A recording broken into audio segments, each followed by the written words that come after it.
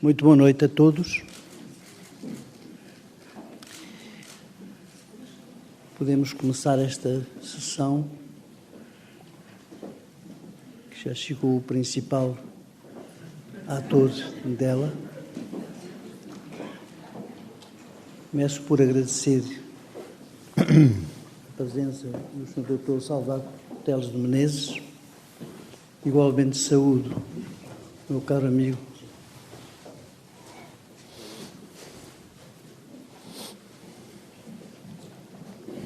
minha cara amiga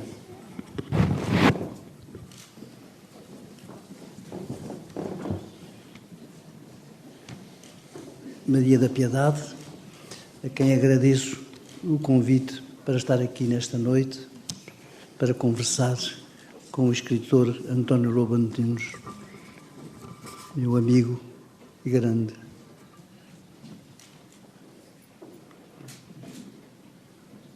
autor, conhecido em toda a Europa. Conheci também o Dr. José Carlos Vasconcelos, que vocês já nomeei. É verdade, esta sessão, no carro que vamos a fazer, qual seria o tema desta noite, desta conversa? Podia ser variado.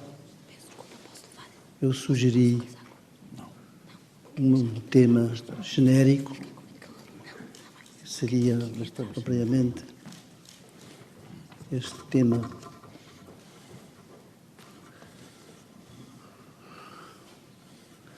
Requiem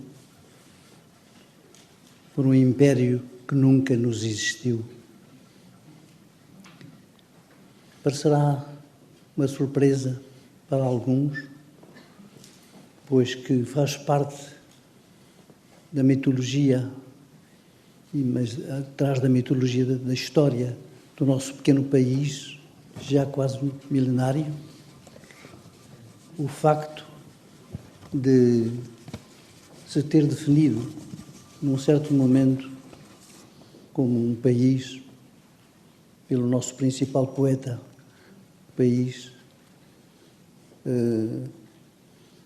que iniciou uma espécie de cruzada desde o seu nascimento, que era o tempo dela, o tempo em que a Europa conhecia um invasor até então que não tinha ainda sido ator da nossa história, e que esta Europa podia ter sido, já antecipadamente, uma espécie de prolongamento do Islão, então nascente. A Europa reagiu a partir de Poitiers e Portugal nasceu nessa conjuntura como resposta a uma invasão que nos veio de uma nação ainda jovem, que tinha, com o seu profeta, tinha se tornado rapidamente uma nação que invadiu uma parte do Próximo Oriente, o norte da África, Portugal, a Espanha, e chegou até Poitiers. Foi aí que um Papa reagiu pregando uma famosa cruzada, e é por isso que nós somos vistos da nova nação conquistadora, que foi nessa época o Islão, uma nação que se cruzou de algum modo, e nós somos chamados de cruzados. Quando eu digo que Requiem por um império que nunca nos existiu, quero eu dizer com isso o império que não existiu para a metrópole que nós éramos desde o século XV e nos séculos seguintes, porque isto não é essa a imagem que nós temos no livro santo, profanamente falando, que nós chamamos, que eles são os Lusíadas, onde está escrito que a nossa missão na história, naquele tempo e para o futuro, era ser um país cujo lema se regia por ser defensor de uma certa fé e de um certo império. E esse império existiu-nos, não só para aqueles que nesse império o representaram e foram autores da primeira gesta verdadeiramente universal que o Ocidente conheceu. No Oriente, nós tivemos um império nesse Oriente, mas não aqui, propriamente, enquanto ocidentais, enquanto europeus. Durante quase 2 séculos, nós estivemos no Oriente como se fosse o Oriente o centro do nosso país, da nossa existência, do nosso futuro, e não propriamente a pequena metrópole europeia do sul da Europa, que nós chamamos Portugal. Pois bem, esse império teve uma existência o mais dramática e ao mesmo tempo onírica possível, quando no Oriente um dos nossos conquistadores da época, Afonso de Albuquerque, que tem uma estátua em Lisboa, como todos sabem, se tornou o senhor de uma parte de conquistador de Goa e tornou Goa a capital do nosso primeiro império, propriamente dito, que nos durou 3 séculos. Mas tudo isso é uma velha história e, de uma certa maneira, esse império deixou não só de não ser, como nunca foi, um império de todos, mas de um império enquanto história, e isso aconteceu sob os nossos olhos. Falo dos meus, a maioria do auditório é muito jovem e alguma não teria nascido quando o nosso império verdadeiramente terminou no seu sentido histórico, no 25 de abril de 1974. Porque nós somos sobreviventes desse império que já não existe, mas provavelmente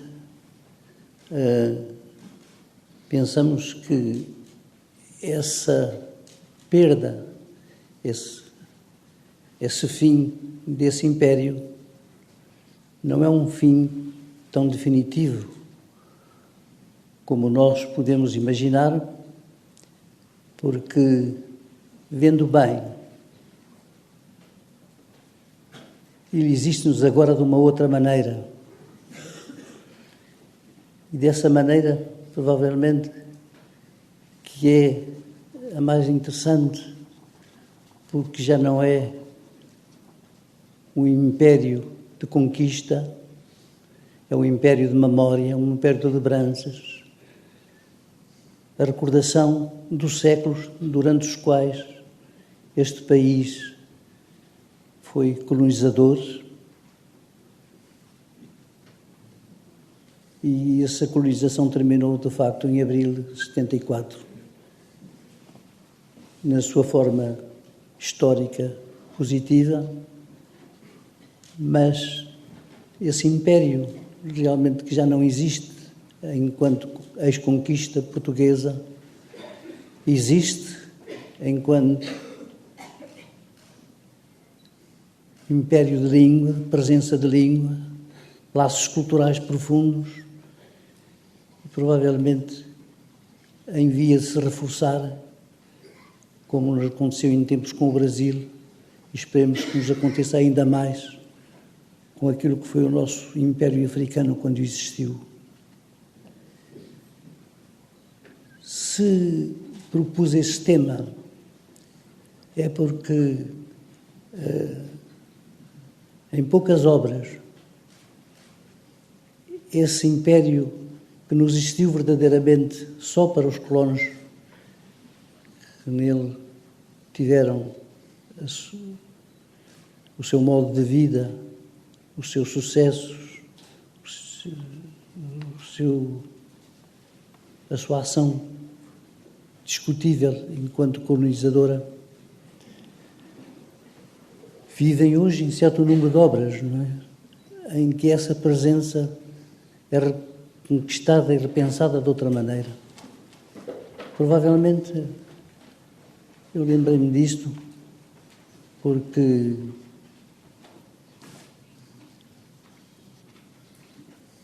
o escritor António Lobo Antunes, que trarei aqui unicamente por António Lobo Antunes,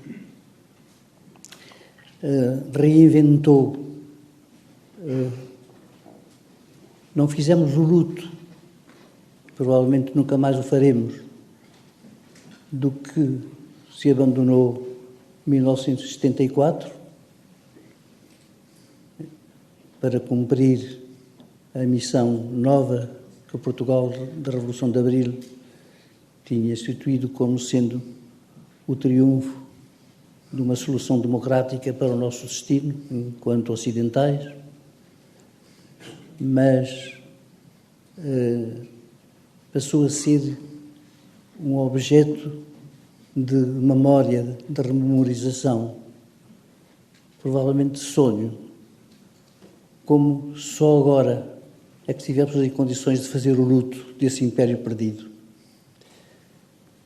Mas a única forma de podermos fazer esse luto é, de facto,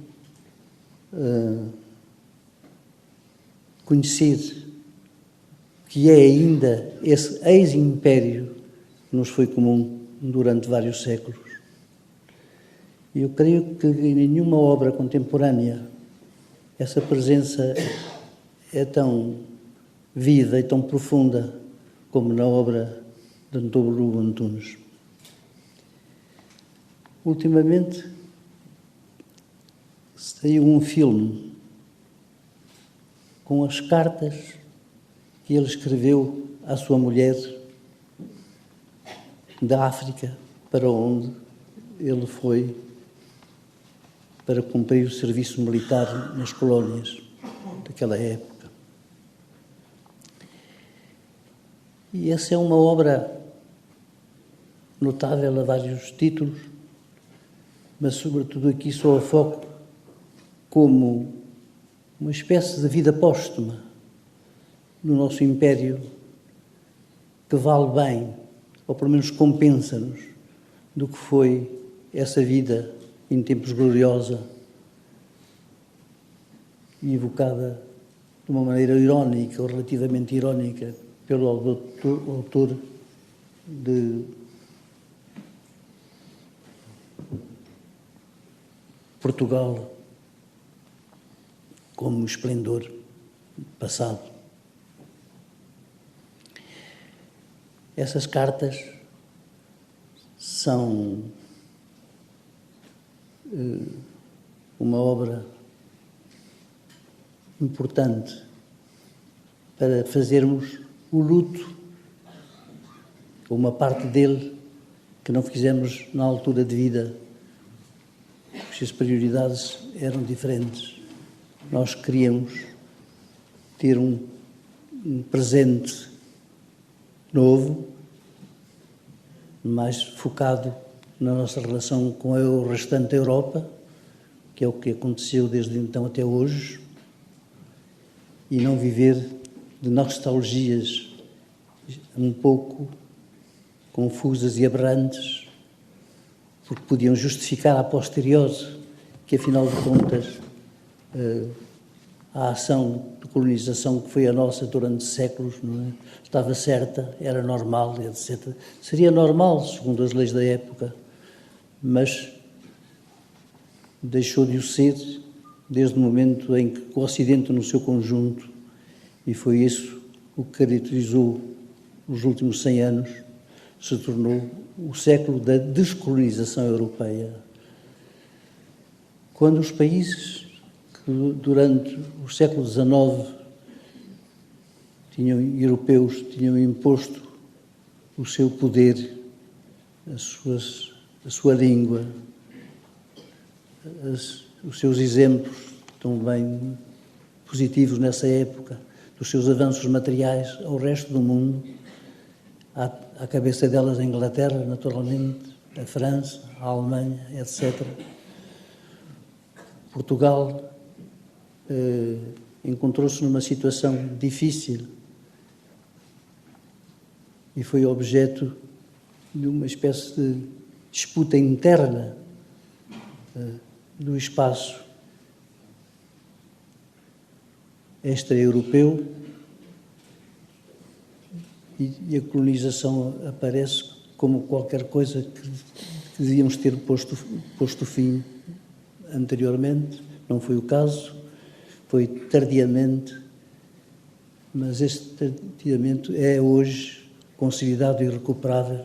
Nós temos uma relação nova com esses países, mas debaixo dessa relação nova há uma relação que tem mais passado, e desse passado e do conhecimento do que foi a África, do que é a África, então e hoje, esta obra, aparentemente uma obra de circunstância, de um militar, escritor, que vai viver a África de uma maneira completamente nova, reinventar uma África e fazer dela realmente, e com ela, com o luto que nós precisávamos para que o nosso famoso fé e o império, de uma vez para sempre, sejam coisa do passado e não unicamente uma espécie de compensação onírica para aquilo que é a nossa pequenez no mundo até hoje. Mas eu gostaria, já agora, aproveitar esta ocasião única, de perguntar ao autor destas belas cartas, que são também magníficas, como uma espécie de gesta de amor de alguém que está longe e que precisa desse conforto contínuo, dessa presença ausente,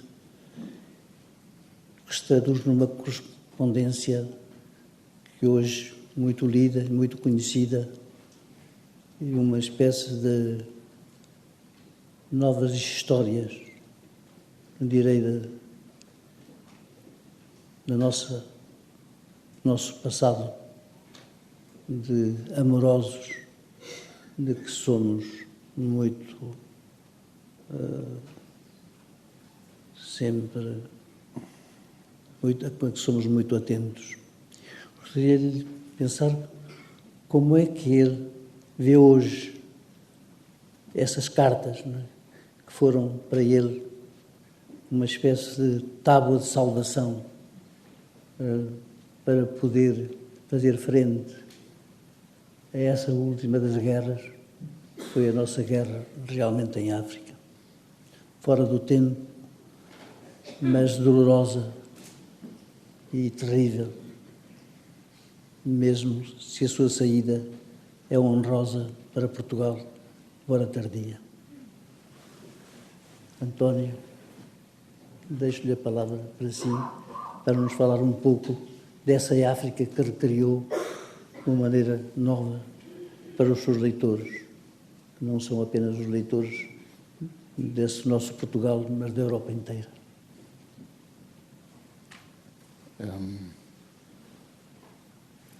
Eu conheço...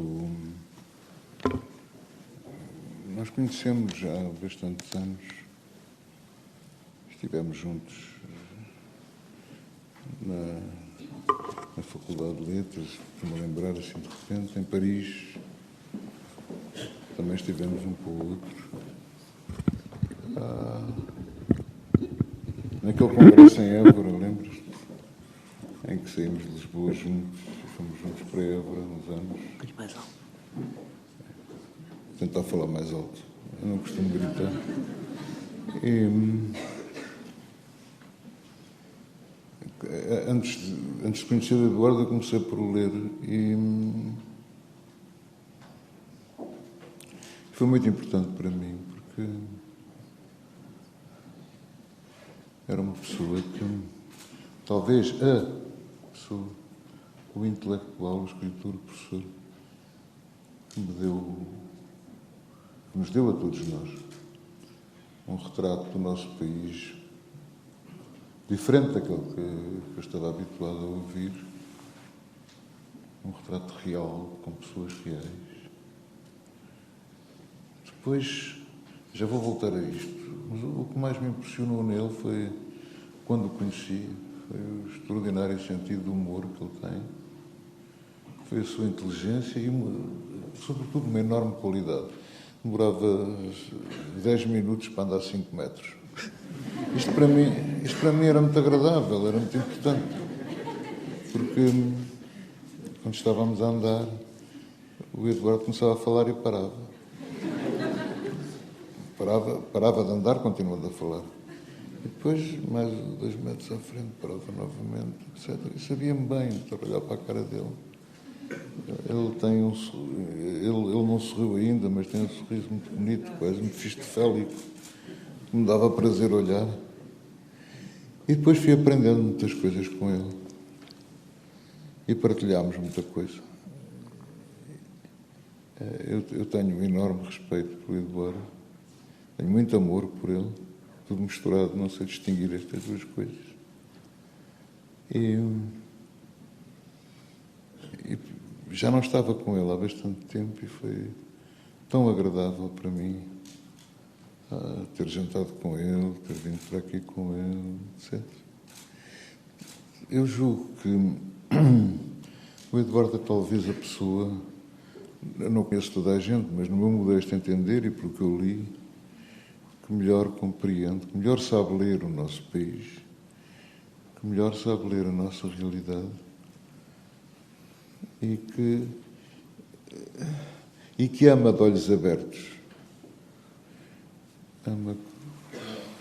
Ama não só com o coração, com o corpo todo, com os sentidos todos. Tenho pena que ele não seja mulher por isso.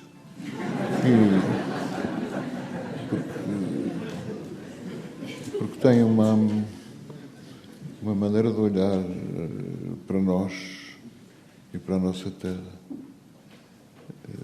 diferente e aguda, que tem que ver também, certamente, com o facto de ele ter vivido tanto tempo longe daqui, o que lhe dava uma perspectiva muito mais perfeita do que nós somos e do que nós não somos. E embora fosse sempre um olhar apaixonado, nunca deixou de ser profundamente objetivo. Nunca. Nós devemos-lhe algumas das páginas fundamentais com que um homem olha para a sua terra, para o passado, para o presente, para o futuro. Para mim tem sido muito importante e ter o imenso privilégio de ser amigo dele é muito importante para mim. A minha mãe costumava dizer que a coisa mais sensual que um homem pode ter e que mais atraía era a inteligência. Muito mais do que a beleza física, isso assim. E não estou a dizer que ele seja feio, é evidente, mas claro que não é. Até se parece um bocadinho com o Salazar. O nariz, os olhos. Mas a cabeça dele seduz-me. A maneira dele pensar seduz-me. A maneira dele explicar as coisas e olhar as coisas seduz-me. Isto para mim é muito importante que me seduzam. Gosto de ser seduzido, me sentir seduzido. E depois, como resposta, ter vontade de seduzir também. Eu julgo que a forma como isto está bem claro na obra dele, o retrato que o Eduardo nos dá de Portugal é o que nós somos, de facto. É um olhar cheio de amor, mas ao mesmo tempo impiedoso e por vezes implacável. Mas há sempre por baixo disso tudo uma imensa ternura e um imenso amor a que eu não posso deixar de ser sensível. No fundo, o que é a nossa vida? A dele, a minha, provavelmente a vossa também. É uma procura em que às vezes há encontros dos quais saímos iluminados, dos quais saímos diferentes. Uma pessoa nunca sai igual do pé dele. E é evidente que para mim é uma alegria muito grande que ele goste de mim e que ele goste do meu trabalho. Tenho tentado, como posso, como sei, falar da minha terra, das pessoas da minha terra, da minha gente. Eu que tenho tanto sangue estrangeiro no meu corpo, tanto alemão, brasileiro, tenho muito mais sangue estrangeiro que português e, no entanto, sinto-me profundamente português. É aqui que eu pertenço.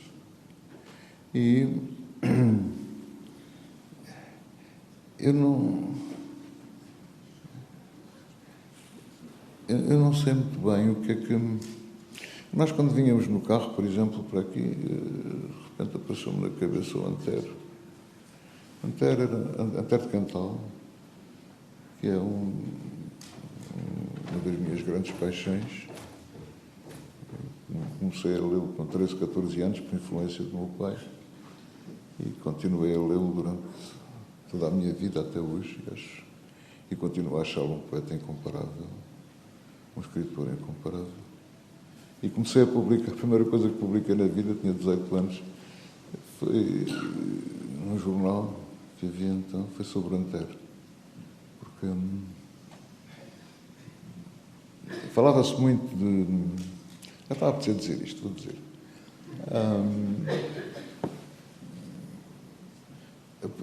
O homem era mal conhecido e havia dúvidas. Por exemplo, o Antero suicidou-se, como sabem. Era um homem que tinha grandes depressões. E, como sofria muito com isso, foi consultar o Dr. Sousa Martins, como toda a gente ia na época, desde o Cesário Verde, toda a gente. E o Cesário Verde, o Dr. Sousa Martins, mandou a Paris consultar o Charcot, o grande neurologista e o fundador da neurologia e da psiquiatria moderna. E o Charcot disse que ele tinha... Você tem uma doença de mulher num corpo de homem, tem histeria. E não era verdade. Eu tinha 18 anos, era um dos amigos do meu pai, que era professor da Faculdade de Medicina, era o professor Miller Guerra, que era um grande estudioso de Antero, colecionava, comprava os postais com que o Antero de Cantal mandava para o jardineiro, a dizer plante isto, plante aquilo, para os Açores. E eu tinha lido um ensaio, tinha lido um prefácio de António Sérgio, que é um nome já quase esquecido, infelizmente, à poesia completa do Antero, em que o António Sérgio falava na fase luminosa e na fase noturna da poesia do Antero. E aquilo não me satisfazia. Eu estava a começar, tinha 18 anos, portanto tinha entrado para a faculdade com 16, estava a começar a medicina. E fui falar com o professor Miller Guerra, que era amigo do meu pai, e disse, não me parece que ele tivesse histeria nenhuma, não tinha histeria nenhuma. A mim parece uma coisa... Porque havia, como ele dizia, António Sérgio, uma fase luminosa e uma fase noturna. Ou seja, parecia-me que era um homem que tanto tinha depressões, como estágios de exaltação, em que, por exemplo, um deles foi para o Rio Tejo com o José Fontana fundarem o Partido Socialista, mas não sei o quê, ou foi trabalhar como tipógrafo a Paris, ou refletia-se na sua poesia, quando ele falava no claro sol, amigo dos heróis, etc., e outros poemas assim, outros sonetos assim. E, ao mesmo tempo, noutros sonetos, ele era profundamente melancólicos, profundamente tristes, desesperados, às vezes.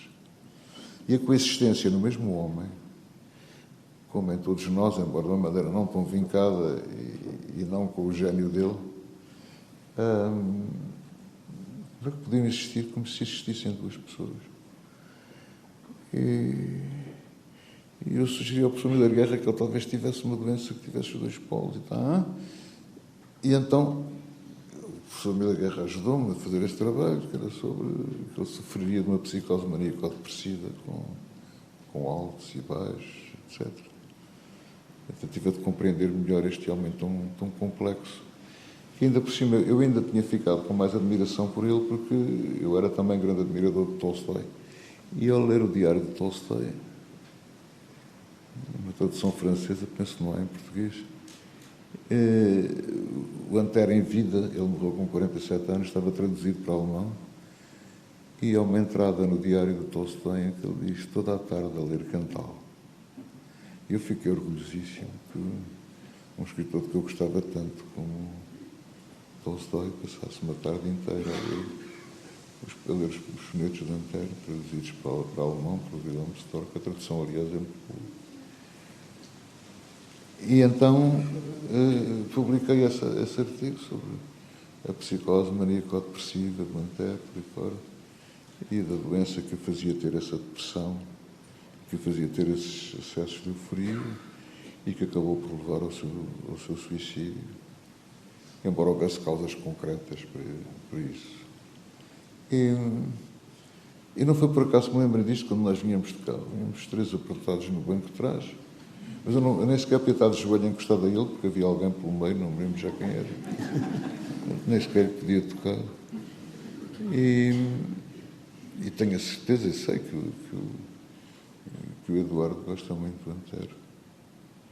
Que era, aliás, um homem excepcional, de uma beleza física extraordinária, o Essa fala nisso, e de uma inteligência notável. Uma vez o Essa entrou no quarto do Anter quando ele estava a rasgar poemas. Então dobrava as folhas ao meio com muito cuidado, sublinhava, vincava com a unha o sítio onde estava dobrado, depois dobrava outra vez e depois cortava as folhas com uma faca muito afiada. E quando o Essa lhe perguntou porque é que ele estava a fazer aquilo daquela maneira, ele respondeu: porque até no delírio é necessário ordem. Isto é muito mais importante do que parece e é muito mais profundo do que de repente parece, não é? Até para destruir poesia, para destruir aquilo que ele tinha escrito, ele necessitava dessa ordem, que depois subvertia tantas vezes nos sonetos. E talvez um dos momentos mais comoventes da minha vida foi quando o meu pai morreu. Nós somos muitos irmãos, todos rapazes, e um dos meus irmãos, o João, disse um soneto do Anter para o pai. E ali na câmara ardente estava o pai no caixão. Eu disse: aquele soneto começa na mão de Deus, na sua mão direita, descansou afinal no coração, etc. Que é um soneto maravilhoso. E então foi muito mais claro que o meu pai estava morto. E então foi muito mais claro que eu estava morto, continuando vivo. Houve uma altura da nossa vida em que na sala dos meus pais, que era uma casa grande e velha, antiga, a única fotografia que havia era a fotografia do Anter, que era de uma extraordinária beleza física e ao mesmo tempo de grande modéstia. Uma vez o Oliveira Martins acabou um livro, mandou o Anter, eles eram muito amigos, e a pedir-lhe a opinião, e o Anter responde: vamos a ver o que diz o velho. O velho era evidentemente Alexandre Herculano, por quem ambos tinham grande admiração, e eu também tenho. Vamos a ver o que diz o velho, e depois acrescentava: ainda onde ler, quando já ninguém se lembrar de nós. Não sei se há muita gente a ler Herculano, mas pelo menos eu leio Herculano e continuo a gostar muito. A prosa é magnífica. Os opúsculos são uma prosa magnífica, extraordinária. A história de Portugal é espantosa. Português de uma beleza extraordinária. Que me faz lembrar, um escritor do século XVIII dizia: porque loucos não há, se não é a língua portuguesa. Nós temos a felicidade de ter uma língua espantosa, extraordinariamente plástica, extraordinariamente dúctil. Porque loucos não há, se não é a língua portuguesa. E depois isto faz com que a minha cabeça voe para os escritores que gosto mais: Dom Francisco Manuel de Melo, Matias Aires, Camões, claro, Fernão Lopes, que considero um gênio absoluto, e um escritor de uma pasmosa atualidade. Como ele levanta, é melhor que um grande realizador de cinema. Ele, o Cecil B. DeMille, estava aqueles planos espantosos. O o Fernão Lopes levantou uma cidade inteira na crónica de Dom João só com uma caneta. Na altura não era caneta. É espantoso. E então, estava a pensar naquilo que o Eduardo estava a dizer e, ao mesmo tempo, na capacidade com que há homens que conseguem levantar o mundo inteiro só com uma mão, só com meia dúzia de palavras, ou algumas páginas de palavras. E é uma coisa que acontece quando ouço o Eduardo falar, é que um pouco à maneira de Fernão Lopes, mas não à maneira de Fernão Lopes, à maneira de Eduardo Lourenço, ele é capaz de erguer diante de nós um país inteiro com poucas palavras. Com poucas palavras. Ele diz e fica povoado à solidão. E não é preciso acrescentar mais nada. Então nós temos o privilégio de viver no tempo dele, o privilégio de conhecer e de tocar a palavra de honra, que não é nada mal tocar. E, portanto, para começar, é muito bom para mim estarmos aqui, porque cada um à sua maneira, como todos nós, acabamos por procurar a mesma coisa. Uma necessidade de entender quem somos, quem fomos, quem continuaremos sempre a ser. Com esta maravilhosa língua que nós temos. Maravilhosa. Maravilhosa nas mãos destes homens, claro. E destas mulheres, às vezes aparecia uma. Mas maravilhosa nas mãos destas pessoas. E que tanto nos conseguem aproximar do centro do mundo. Agora estava-me a lembrar do Júlio Verne. Ele tem um romance chamado Viagem ao Centro da Terra. E está a contar à tia que vai, é um miúdo que se vai embora. E a tia, o livro chama-se A Viagem ao Centro da Terra, e assim é. E então a tia pergunta: esse senhor vai contigo? Vais com esse senhor? Ele disse: vou. Mas para onde é que vocês vão? E apontei com o dedo do centro da Terra. Fala assim a criança. E apontar aqui diante de vocês, ao lado de um homem que aponta com o dedo do centro da Terra. Caríssimo. Bom, eu também sou um grande admirador não sou o único. Essa herança vem-nos da geração de 70, de que o Antero foi naturalmente o jovem profeta e grande poeta, mas penso que essa referência a essa geração de 70 continua ainda viva entre nós, fundamentalmente por causa do Oliveira Martins, do Essa e dele. Mas nós hoje estamos aqui para falar de um vivo. E esse vivo és tu, propriamente dito. Já te ouvimos falar de mim, que sou menos vivo. Porque nós sabemos que está nesta sala um dos maiores escritores portugueses, não só deste momento, mas do século que está atrás de nós. É essa a figura dele na Europa. É essa, sobretudo, a figura daqueles que o leram com a atenção que ele requer muita. Ele não é um autor fácil. É um autor que tem de ser lido linha a linha,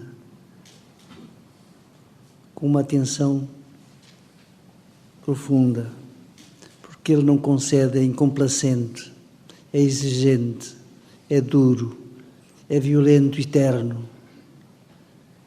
E tudo isso com uma força, uma singularidade fantástica. Ele usa muitas vezes a expressão para designar uma espécie de torrente, que é a sua pulsão escriturária ou escrita. É alguém que tem uma força indomável, que ele próprio tem dificuldade em dominar.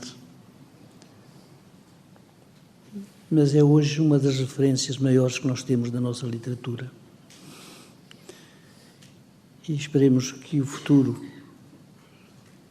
continue realmente a esperar por ele, para o lugar que realmente ele merece, que nós desejamos para ele. Eu gosto de o ler pausadamente, porque ainda eu adoro, sobretudo porque ele fez umas declarações.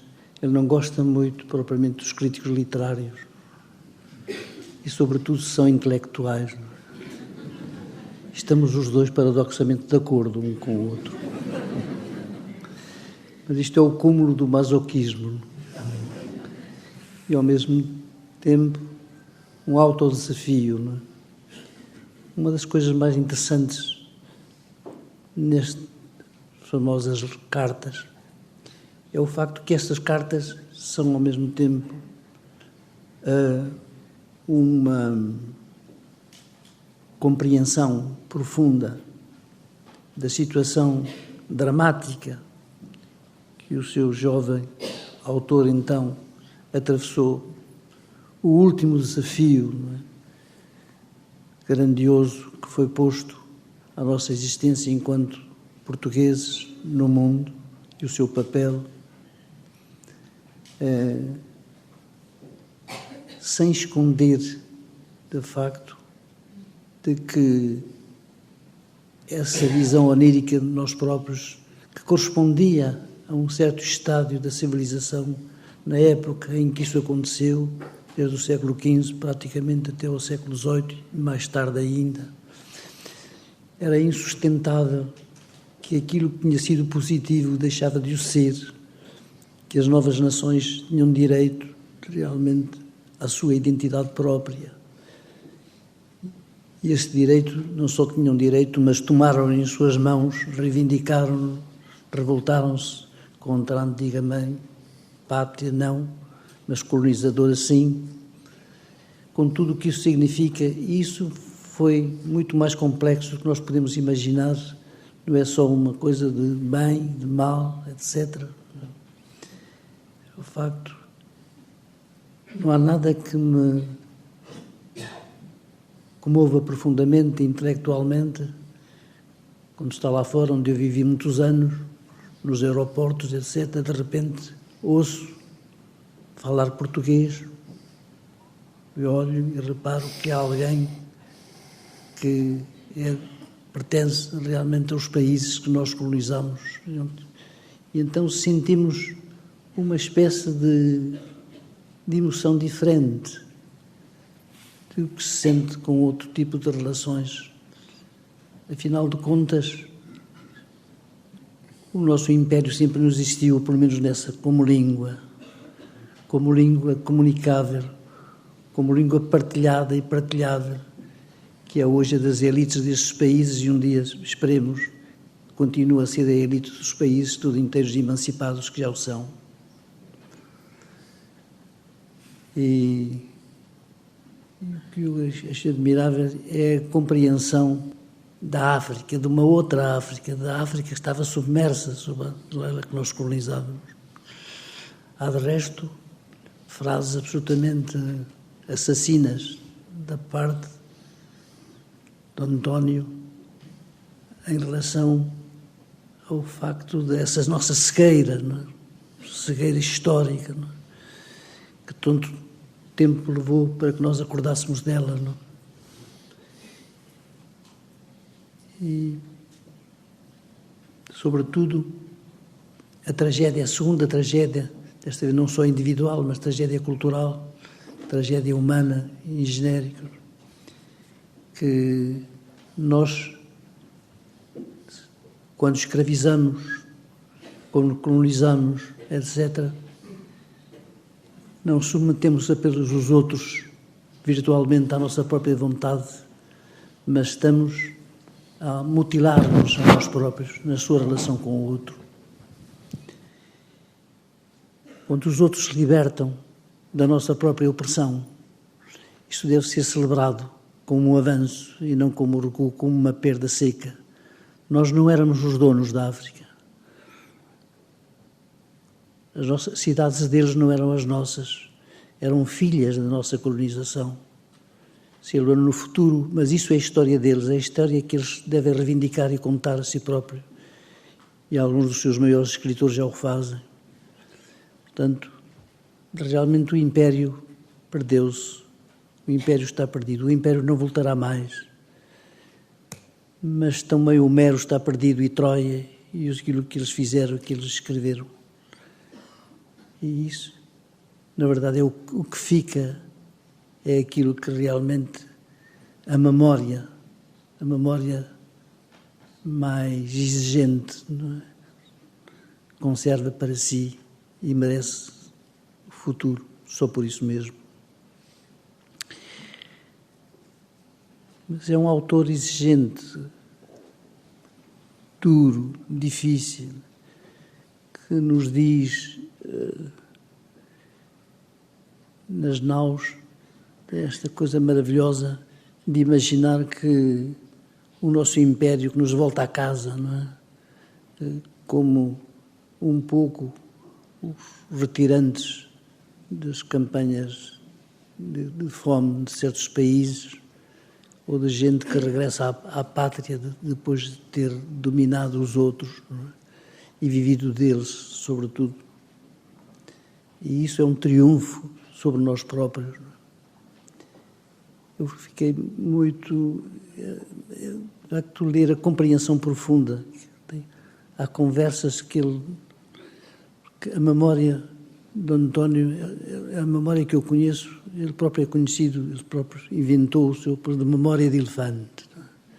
Uma memória precisa, uma memória das coisas mais simples, aquelas que nós não vimos normalmente, e que lhes suscita uma glosa infinita. É um contentor de histórias extraordinário. Podia estar aqui como Sherazade a encantar-nos a noite inteira, se fosse preciso. Eu não tenho esses dons, tenho o dom de escuta, mas não o dom de contar. E com isso tenho de me contentar.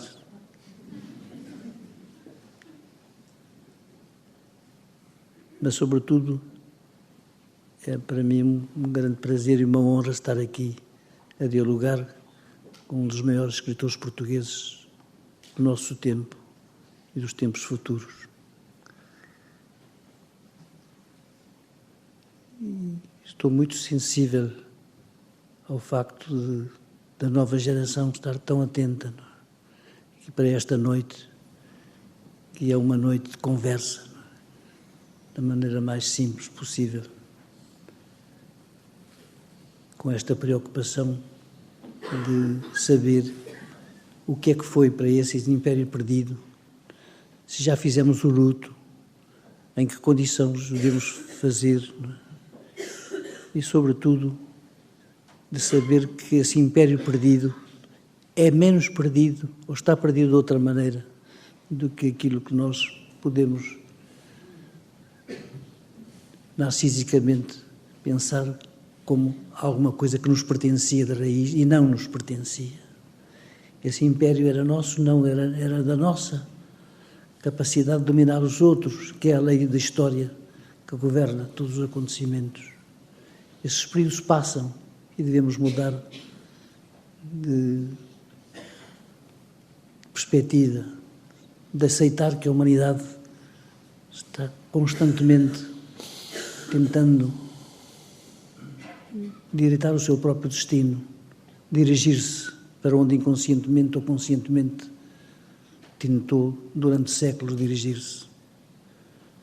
Isto é importante, por exemplo, neste momento em que, de repente, depois de termos atravessado um século, foi um século dramático, está fazendo 100 anos, que foi a famosa Revolução de 1917, chamada Revolução Bolchevique, que em seguida dominará uma parte do mundo pela sua influência e que é um dos grandes acontecimentos realmente do último século. Curiosamente, esse ciclo, esse período, durante os quais uma certa utopia, uma visão do mundo precisa, com grandes tradições, desde a antiguidade até hoje, quer com uma perspectiva materialista, de visão do mundo, quer não. Terminou o seu período de fausto e de importância realmente no mundo, mas deixou a sua marca. E, inclusive, aquilo que a colonização, a descolonização se tornou, deve-se, em parte, ao facto de que essas jovens nações, para se libertar, fizeram apelo a aquilo que se passava na União Soviética como modelo para as novas nações. Eles não tinham em casa a liberdade que diziam, ou tanta como nós imaginávamos utópica, mas foram um exemplo para outros, para os Che Guevaras e para outros menos revolucionários, no sentido banal da palavra, que nós conhecemos, que foram emancipadores dos respectivos povos. A África tinha que se libertar. Era de nós que se tinha de libertar enquanto nação colonizadora, conquistadora, num certo momento do tempo. Devíamos tê-lo percebido mais cedo, mas este acontecimento, estes 3 anos de guerra, não foram nada. Foram a última versão, desta vez trágica e deplorável, da nossa aventura realmente no mundo enquanto colonizadores. Agora, eu penso que, por uma vez, um trecho de Teilhard de Chardin, a propósito dos deveres dos franceses daquela época, quando foram desafiados pela Alemanha antiga, tiveram-se a defender aqueles que, para quem esse confronto foi ao mesmo tempo um martírio, mas um martírio que se justificavam e que a maioria deles preferindo que esse confronto com aquilo que há de mais radical no mundo, que é a violência alheia ou a nossa, fosse qualquer coisa de que eles não se queriam ter exibido. Sempre se glorificariam dessas lutas, mesmo estéreis e mortais, do que estar assistindo aos espetáculos sem tomar partido, num sentido ou noutro.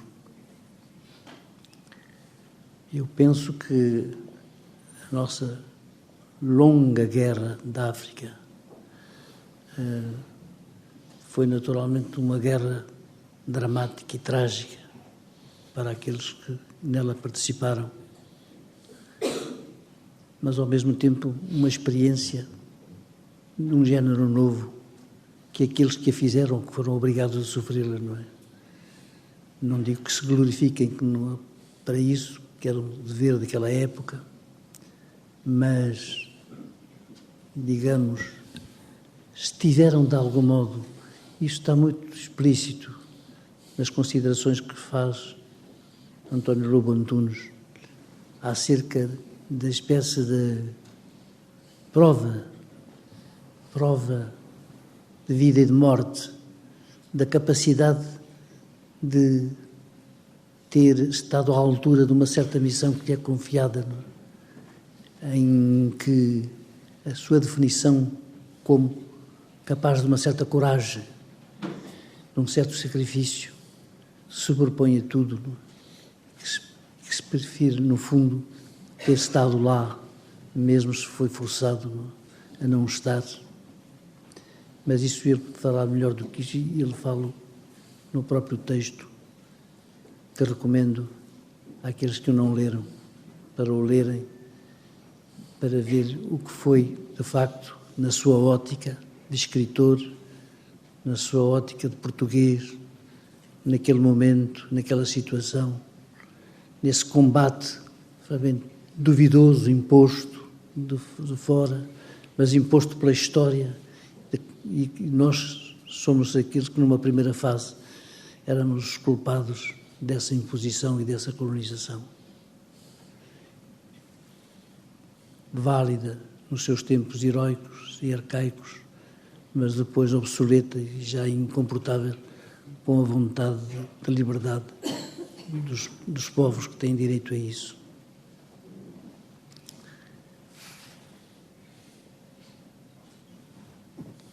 Não sei, para esta noite, nós podemos dizer mais de comentários. Para mim, foi uma bela experiência de ler esse texto e de perceber que, afinal de contas, de uma outra maneira, o ex-império sempre nos existiu e que provavelmente chegou o tempo de fazermos, sem masoquismo, o luto da nossa própria prepotência histórica do momento enquanto colonizadores diante do eterno.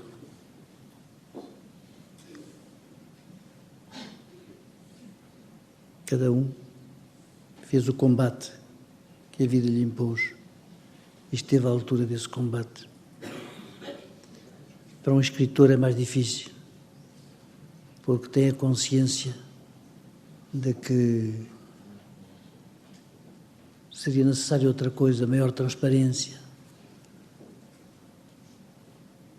maior sucesso, maior capacidade de não ter deixado feridas abertas que ainda continuam ao longo do tempo, que são da nossa própria factura enquanto portugueses gloriosos dos nossos tempos de esplendor. Esplendor, sim, mas não à custa do outro.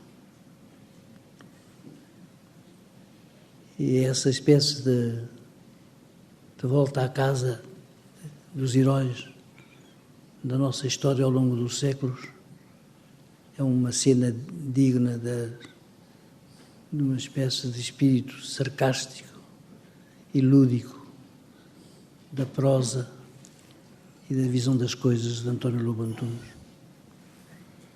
É uma honra e um prazer estar aqui nesta noite com ele. Eu estava a ouvir-te falar, estava a lembrar-me, quando eu vim da guerra em África, e fui para o Hospital Miguel Bombarda, depois de uma série de chatices, estava lá no serviço onde puseram uma escritora chamada Maria Velho da Costa, que estava a fazer um trabalho sobre os portugueses, doentes mentais e... Bom, eu tinha lido livros dela, alguns. Ela estava no meio da obra dela nisso. E andava pelos corredores do hospital, o hospital era tétrico, a cantar cantigas de Roberto Carlos. Por exemplo, lembro de uma que era: comigo aconteceu gostar da namorada de um amigo meu. Isto não correspondia nada à ideia que eu tinha do intelectual, do escritor, não sei o quê. E Savlato, acho que és muito pouco escritora, muito pouco intelectual. A resposta dela, vão-me perdoar a palavra, vou dar a minha definição de intelectual: muita chatice e pouca foda.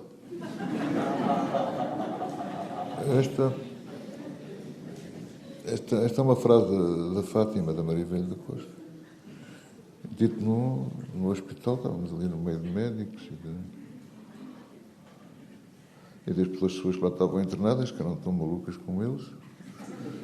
E, por exemplo, uma vez a gente tinha estado de serviço, eu estava de serviço, e vieram-me chamar porque havia uma pessoa que estava internada que levava o tempo, estava à janela a gritar. Eu lá fui e o homem estava realmente à janela a gritar e dizia para trás, para a esquerda, para o lado, para a frente, uma berraria, ninguém dormia. E era um homem, ele era campino e nós só tratávamos por Dom Manuel, porque ele era campino, era ribatejano, mas tinha uma psicose sifilítica e, portanto, com delírio de grandeza. E era dono de tudo, era dono de Portugal, era dono da Fundação Gulbenkian, era dono do Casino de Monte Carlo, assim que me lembro. Passava-nos cheques de 200 milhões de contos, em um bocado de papel, tudo escrito e tal.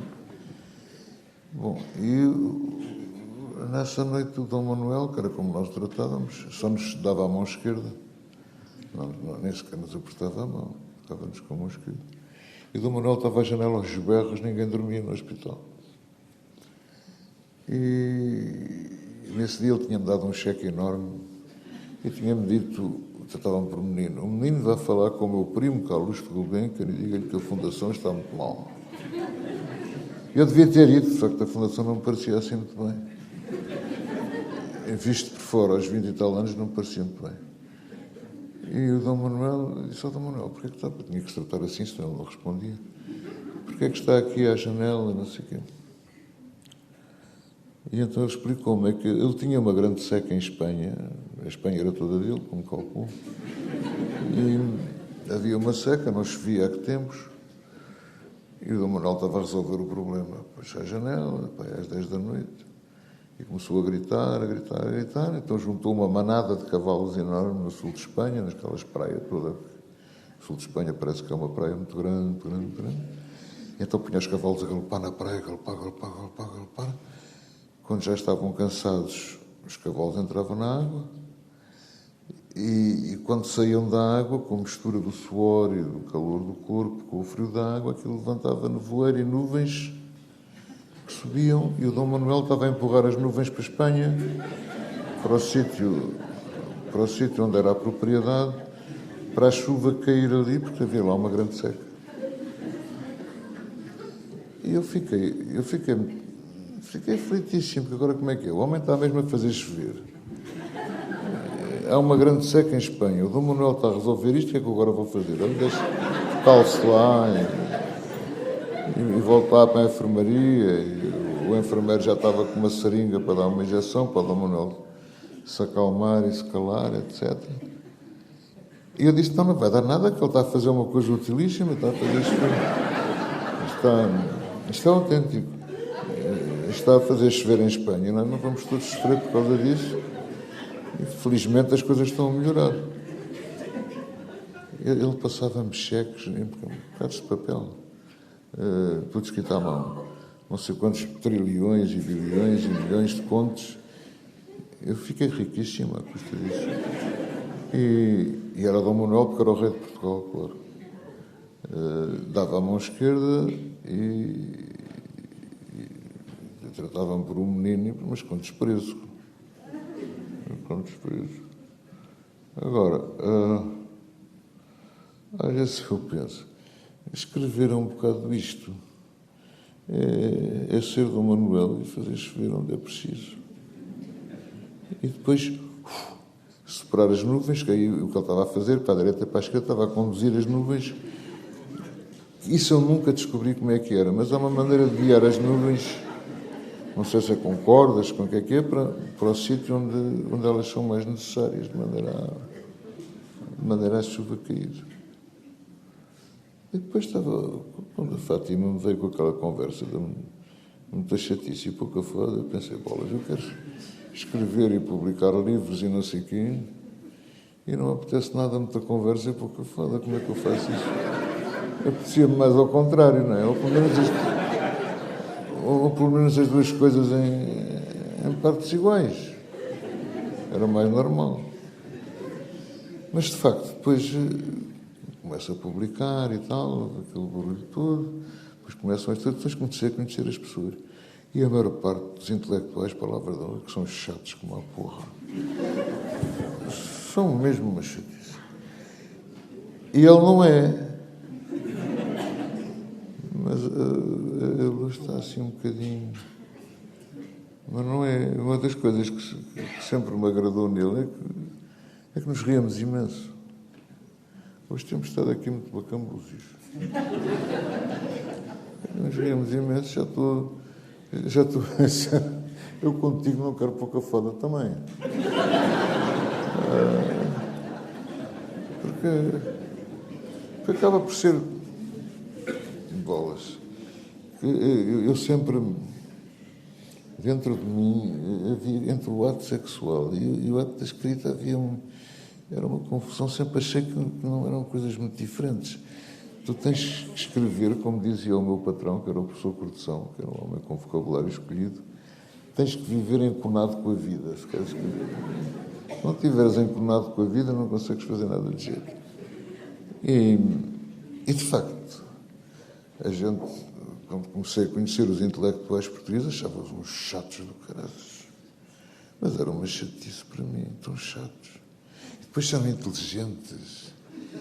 E depois, como é que eu ia te explicar? Vou tentar explicar. Mas era uma inteligência paralisada, aquilo não se movia. Por exemplo, no O'Neill, no Alexandre O'Neill, aquilo mexia-se. No Camões, meu Deus, como se mexe. No Bocage, como se mexe. E quando lia, e nunca fui grande fã da literatura portuguesa do meu tempo, quer dizer, Virgílio Ferreira, deixava-os uns chatos de primeira apanha. O Namora, que estava sempre com uma dor de cabeça, a Ceboleiro, já não podia com a dor de cabeça do Namora. E então ia para a cama às 9 da noite, para as insónias começarem mais cedo, não é? À meia-noite. O Namora é às 9, estava até à meia-noite, depois queixava-se a mim, queria lá saber das insónias dele. Se deitasse à meia-noite.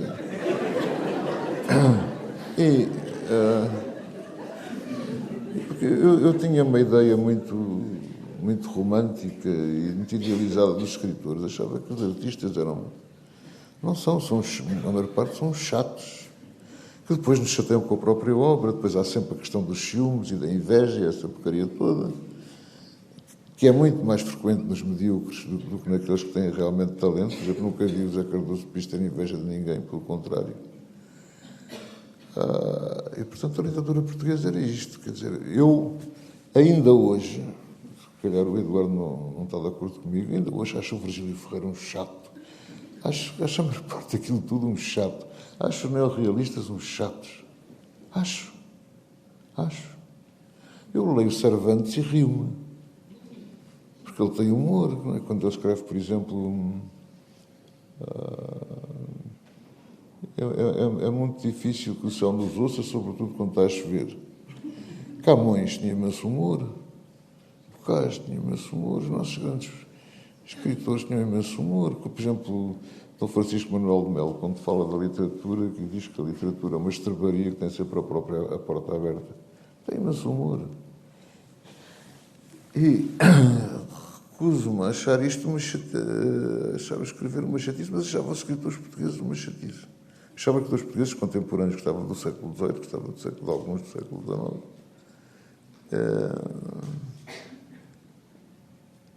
Poetas chatos. E depois havia poetas, por exemplo, Cesarini. Estou a dizer ao acaso, a ditar nomes assim à medida que me vem à cabeça.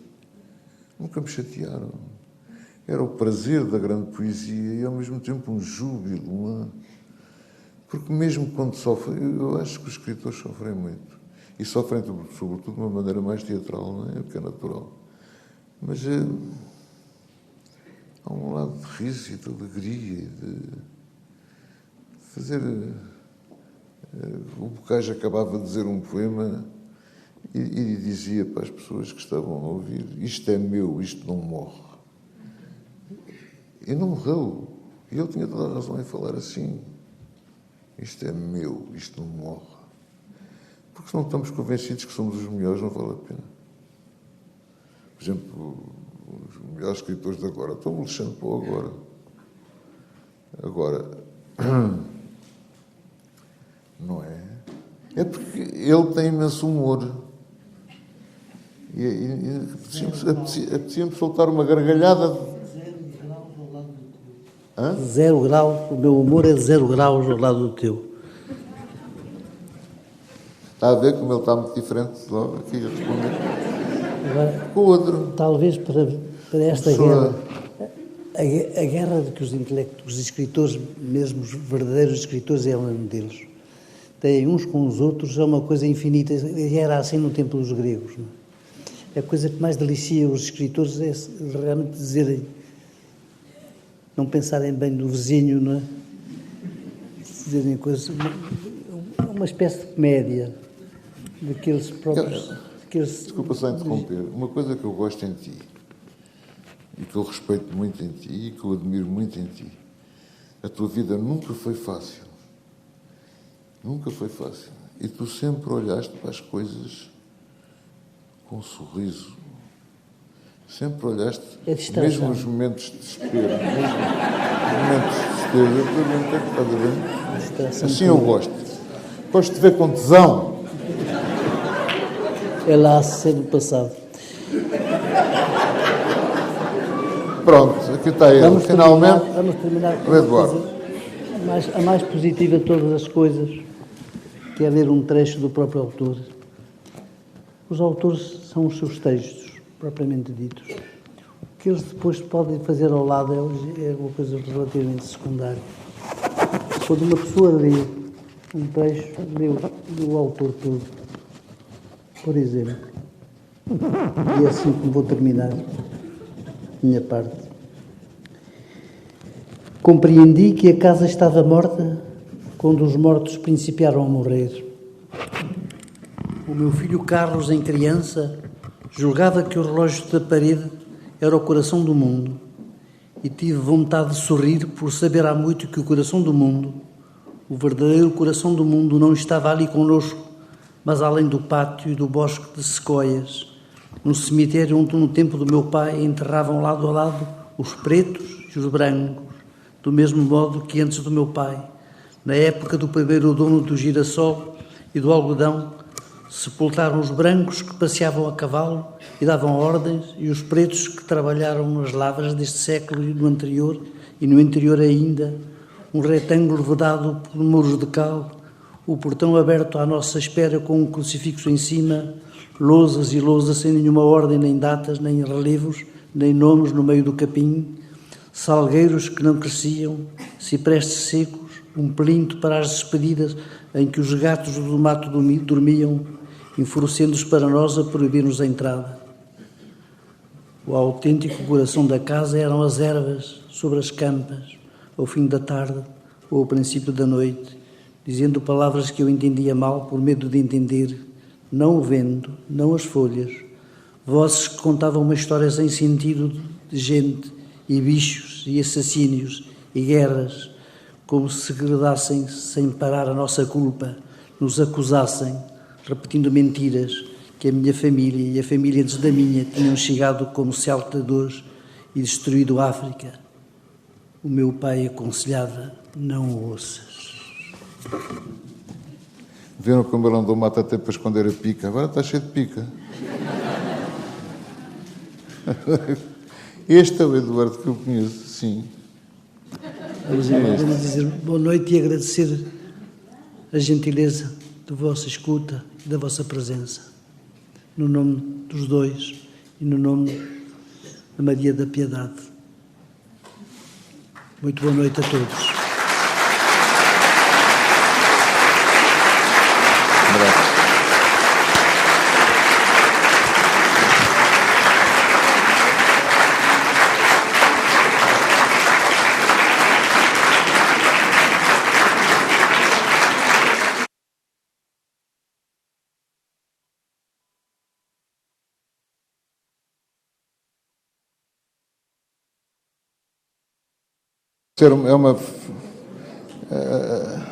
A literatura é isto, é uma festa dos sentidos e da inteligência. E ele é capaz disso melhor do que quase todos nós. E é uma das razões porque eu admiro, que eu respeito este menino de 90 anos.